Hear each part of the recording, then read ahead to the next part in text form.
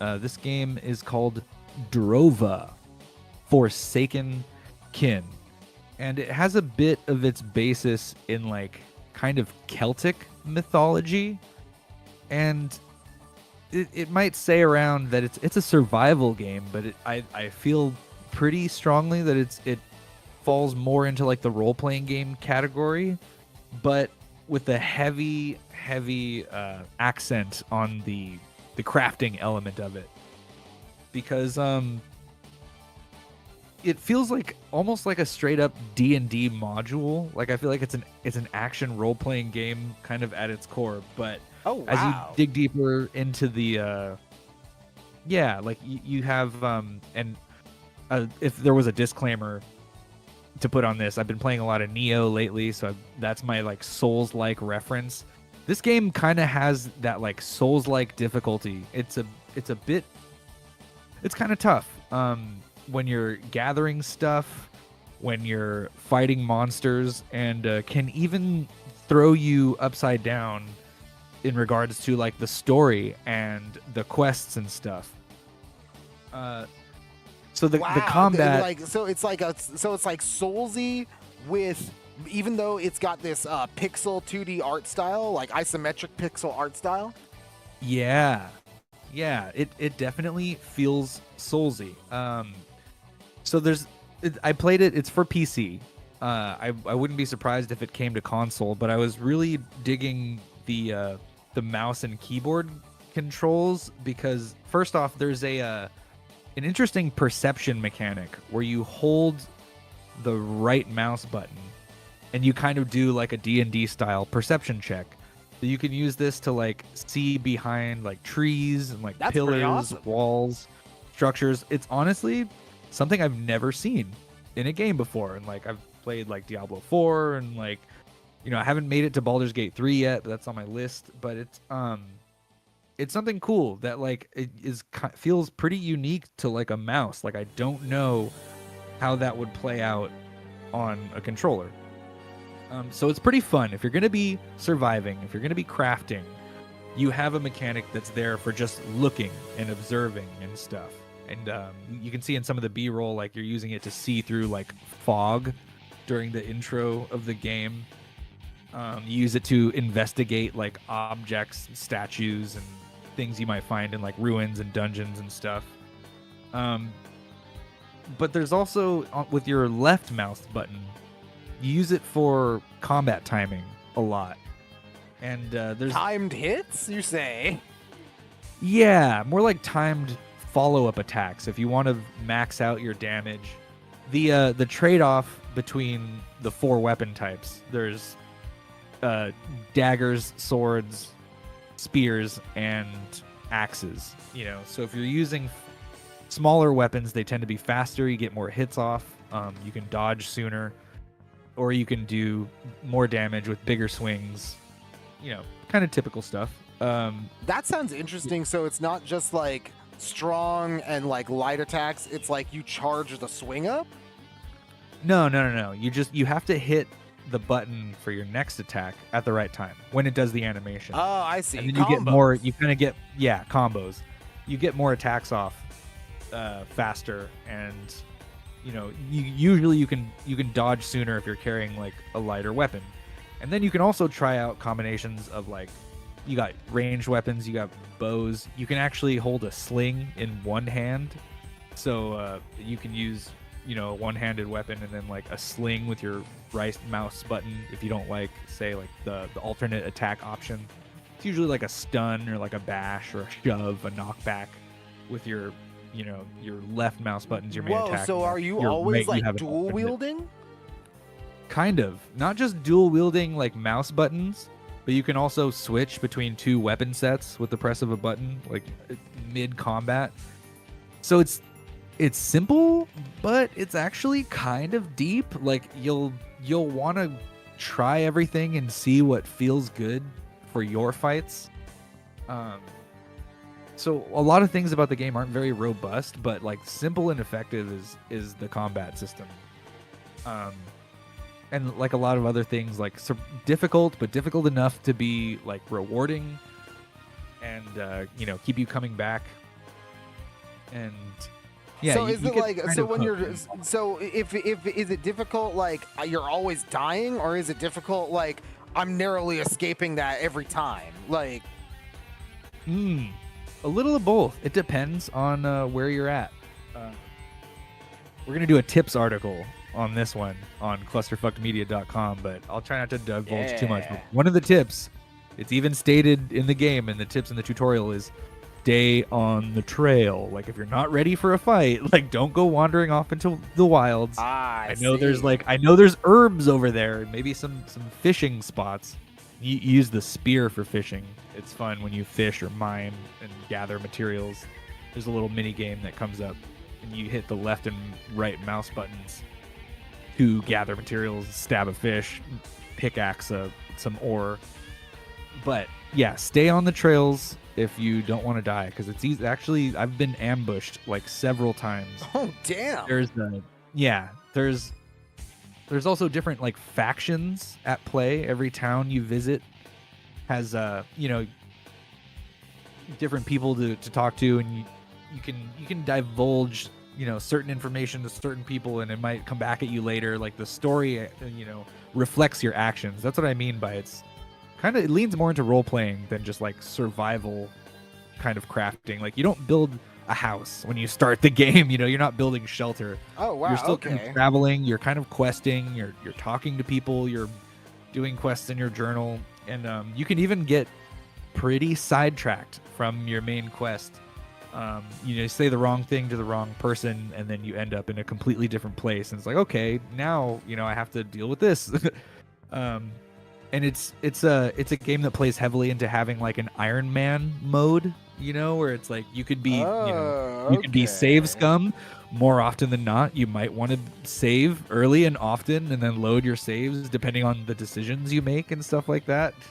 So it's kind of really like cool. like a stalker-esque, like that kind of survival experience mixed with like this like heavy RPG style progression system and like NPC interactions. So along with some mini games, it sounds like. So like how varied would you say is the gameplay overall? Yeah, it's like a good D&D campaign. There's like a exploration and like kind of a puzzle element. Then there's like the combat, and then it feels like every time you hit a town, it feels like a Dungeons and Dragons experience where it's like, okay, like here we are, like you can talk to anybody, find out what's going on, go to the tavern, are there any rumors? And then there's the way you kind of learn things. You earn learning points, but in order to spend them, you need to find teachers. So it kind of leans even farther into the role-playing experience, where it's like, not only do I need to get the experience from combat, but I got to spend it. I have to find a person in town who can teach me how to be strong, who can teach me how to be fast, who can teach me how to get better with whatever weapons I like. And then, one of the first things you run into is crafting. So you can't even you're not just aimlessly trying to climb a tech tree and like gather the materials so you can get the next best stuff. There's always like that little social element to it. So you even always need to be upgrading your map. You have to find somebody to help you upgrade your map, who drew a better map than the first crude map you got.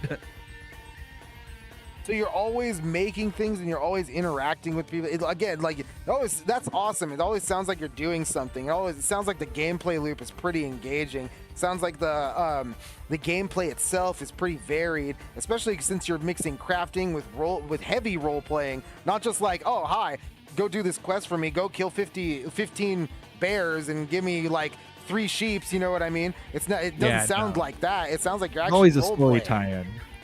Yeah, exactly. So yeah, that sounds pretty great. The combat system looks pretty good too, from how we're seeing it in the B-roll here. It does seem pretty hectic. It seems like you can get jumped pretty easily. It seems like there's a lot of enemies on screen at a time. And I gotta ask, do the enemies attack each other? It looks like sometimes they can. Yeah, different monsters, they might have and start beef with each other. If you're fighting close enough to town, like people from the town and the citizens, the villagers, if you will, they'll jump in in your combat scenarios. That's pretty You know, cool. in case you get jumped, in case you get mobbed out in the wilds, you know, you can always run back to town and get some support from some of the townspeople and try not to, you know, kill them or take their stuff in the process. So how big is like the how much exploration do you think you would get? How big is the world, would you say? You know, it's not robust like Skyrim or something like that. It's not Bethesda big. You feel like you can, if you wanted to, you can kind of run a couple laps around it, you know, in a gameplay session. But I've put about 12 hours into this, so it's like I haven't made it completely to the end. Like I haven't like aimlessly climbed up the skill trees because I've been kind of lost in the actual storytelling part of it, you know. I mean, but 12 hours, so that's no time to just shake a tail feather at, man. There's like that's a lot of time that you've been diving into this. So yeah, it's not like there's no time investment at all into this. So there's a lot to it then. There's like a lot you can be doing. The learning curve has only been fun so far though. Even like I wouldn't call it like a death fest, but like I said earlier, if you wander off the trail, man, or like follow the wrong person to the wrong place, then yeah, you can find yourself in some sticky situations. Well, man, that sounds pretty crazy. How about I was gonna say, would you say, how about boss battles? Are there any like, or notable encounters? Is there anything like that, or is it just straight up mostly exploring? It feels mostly like exploring, unless you try all the quests and stuff. There's like an arena, which is a challenging climb if you're, you know, trying to be the best fighter in Drova. There's a whole quest line associated with that, and characters and things.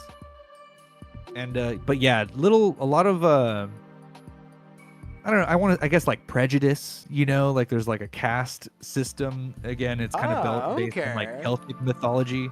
So the Forsaken Kin are people in the story who have been brought to this sort of like other world that you've accidentally fallen into in the intro.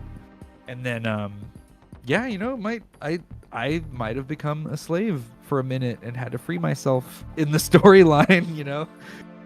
It's one way that that the quests can kind of derail if you go kind of too far off to the side. It sounds pretty immersive. Instead of in the main quest. Yeah, like no, I feel like I popped open a D&D module written by Wizards of the Coast almost, you know, or like in the Forgotten Realms. And there's a lot to explore, a lot to get taken surprised by, you know, a lot to learn. A lot of the skill grind has been really fun so far. So seems like a pretty cool, solid exploration, solid combat, a pretty immersive world, and an interesting story. So at the end of the day, it seems like a pretty good package. What was there anything that stuck out to where it's like, man, I could like do without this? Like, ooh. I could see how maybe the difficulty would be a turnoff for some fans.